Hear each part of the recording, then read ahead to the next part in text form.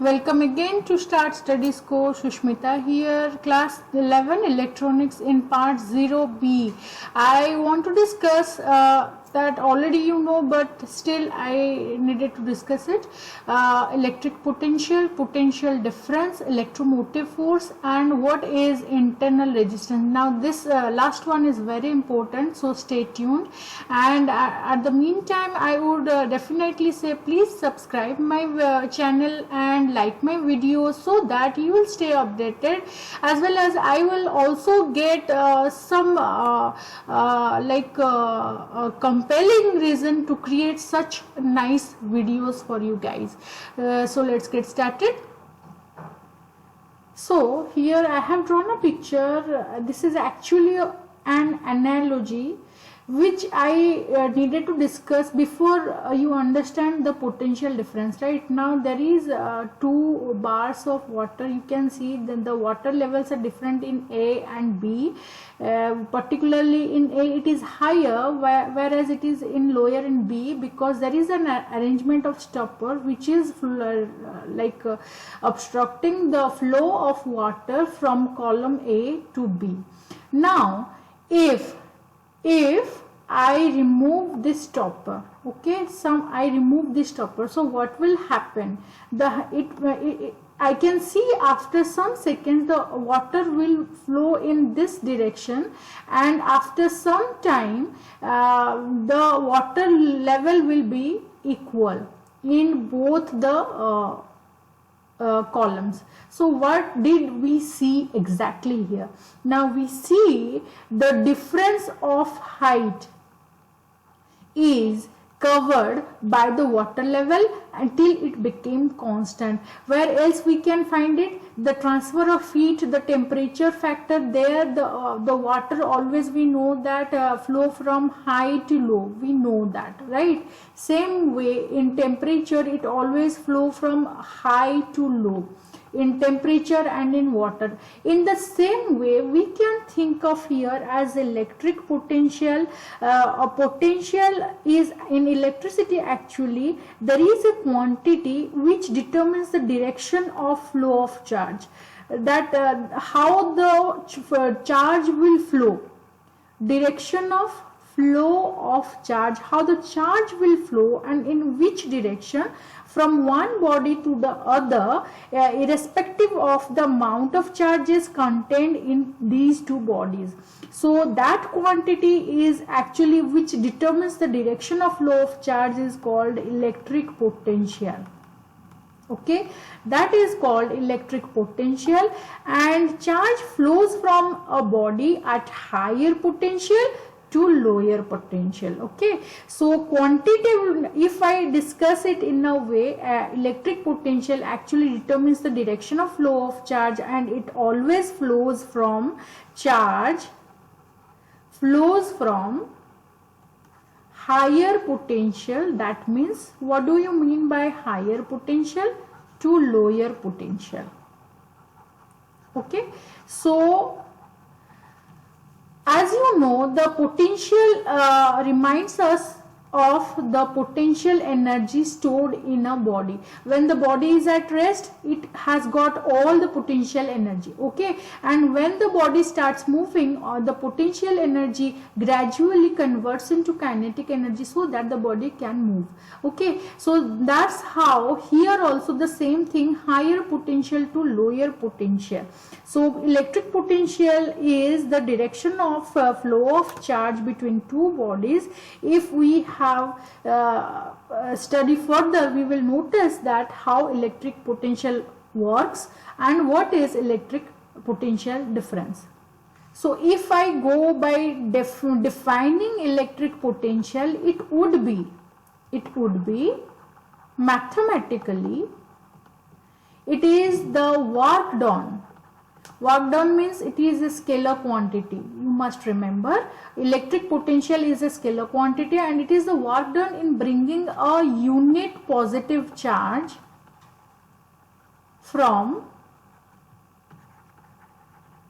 infinity to that point against electric field along any path, infinity to that point. where we can feel the electric field. Okay, so where the electric field is set up, if there is any positive charge beyond that region and the work done in bringing that unit positive charge inside that electric field region, that would be electric potential, and that would be the basically potential is energy, that's why it is work done, and it is a scalar quantity. Okay, now if I discuss potential difference, what it would be if there are 2 points A and another point B. So here I will discuss VA minus VB or VB minus VA, anything is okay because this is a scalar quantity. Now in an electric field, it is the work done in taking a unit positive charge from one point to the other against the electric field. You should remember it is against the electric field. So that's why the work is done. Okay, because you are going against the electric field and bringing in the positive charge inside the electric field, that's why the work is done, and that's why it will be called electric potential or potential difference, right? So this is how it is happening here. Okay, so now we got clear about electric potential and potential difference, and it is I have already mentioned the units for potential or potential difference. It is SI unit, it is volt, and volt V equals to basically 1 joule per 1 coulomb. Okay, so that is how it is defined. 1 volt equals to 1 joule, that means the work done in bringing 1 unit positive charge. So V equals to J by C.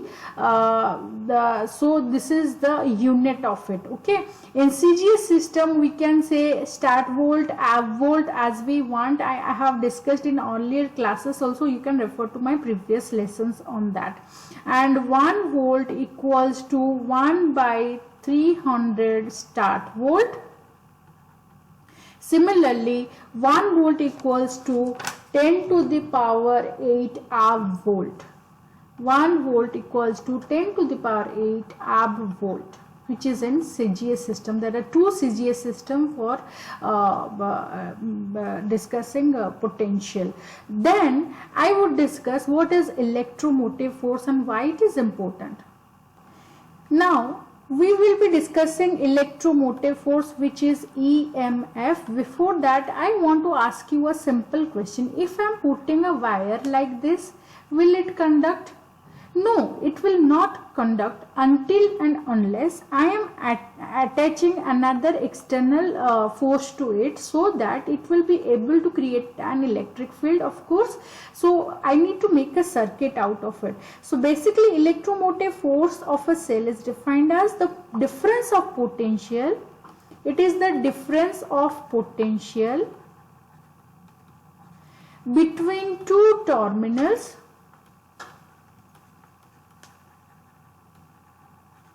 okay, when there is no current.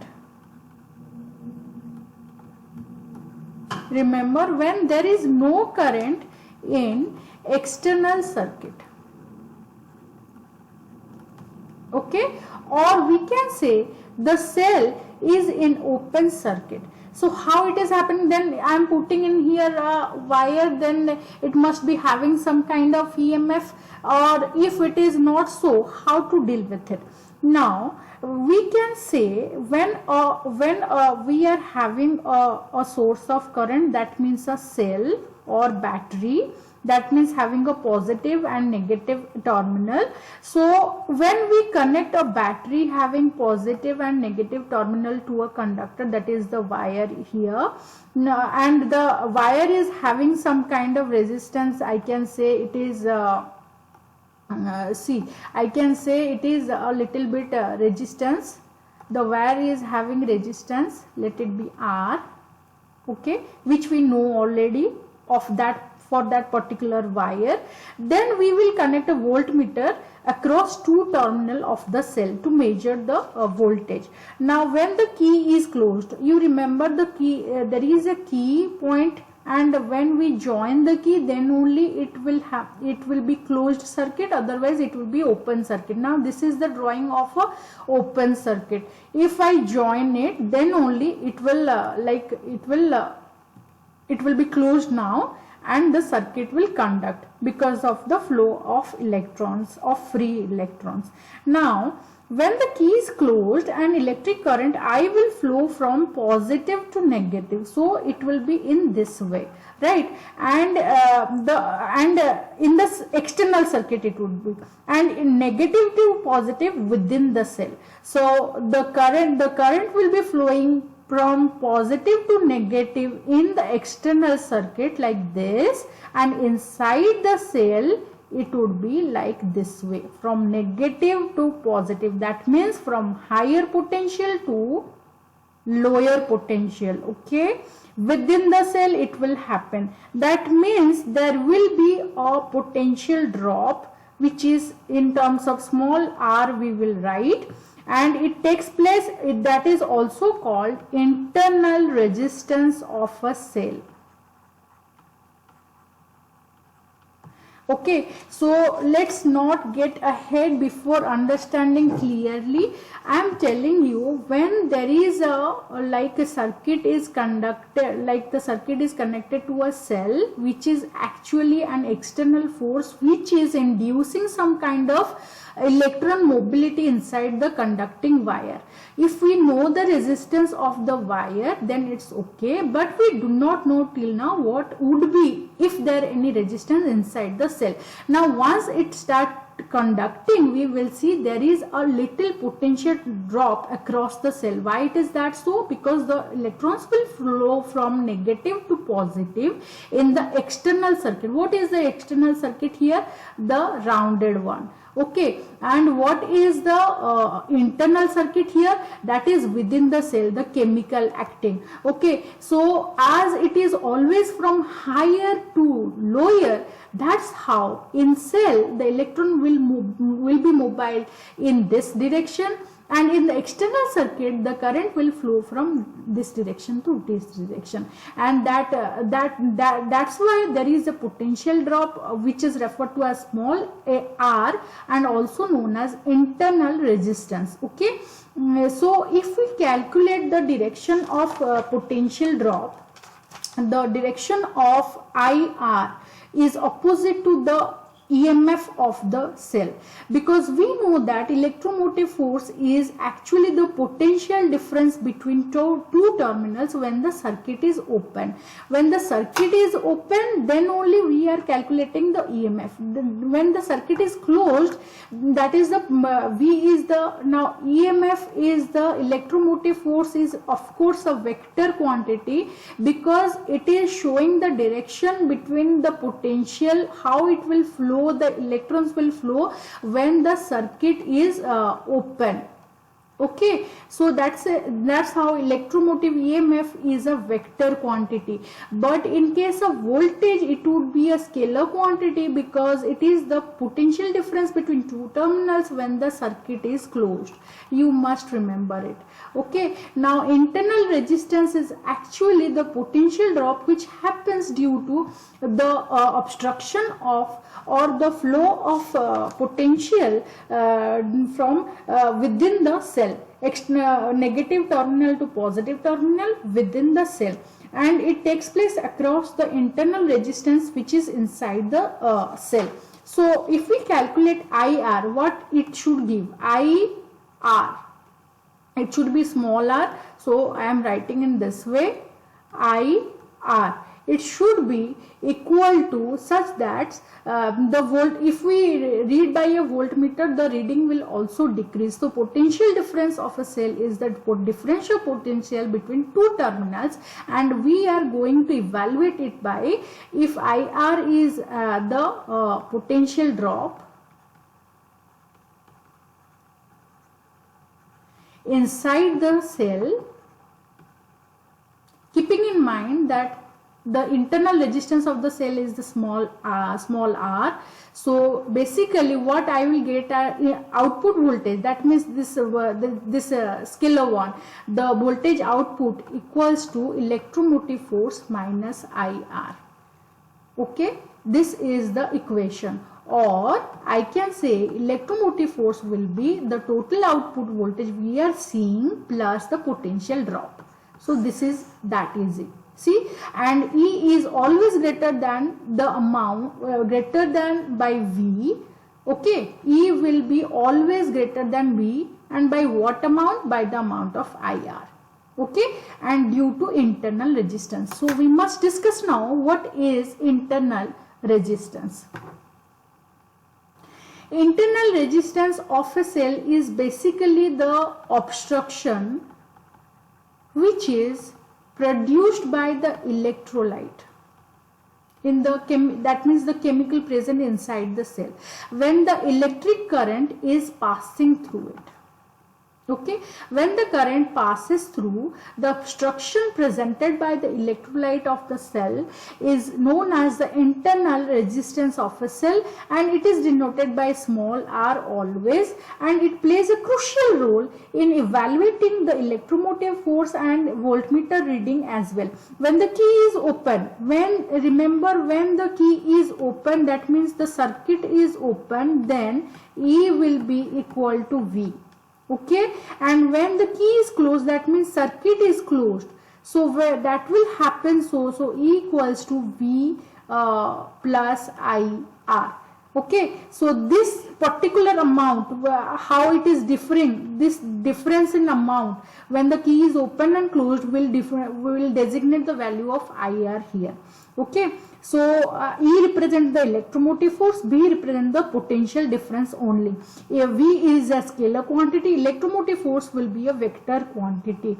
So we will discuss these further in other diagrams in complex circuits. For now, for internal resistance will be this much. But before that, before I finish, I want to tell you something about the cells. Now, why cells are important? Because they are giving a certain potential difference which is constantly given to the circuit. It is not happening that the potential difference is changing as the time passes, or we are using the electrolyte of the solution or something like that, or internal resistance is increasing or decreasing. No, there is a constant value of constant PD and potential difference. This is because of the cells. So cells are actually providing us a constant current throughout the closed circuit. So source of EMF, generally known as a cell, is a device capable of maintaining. It maintains what it maintains. It maintains constant potential difference between two terminals of a conductor. So there are two types of cell. One is primary, you must be knowing, which is simple voltaic cell, and the reaction is here potential difference happens due to chemical changes, and it is irreversible. That's why we developed secondary cell, and this is also called battery or dry cell, and it is reversible cycle. It can be recharged again after the energy is exhausted, like lead accumulator and Edison accumulator. So these are little things I wanted to discuss. I hope you liked my video. Please do subscribe, like my videos, and share with your friends. Have a good day. Take care.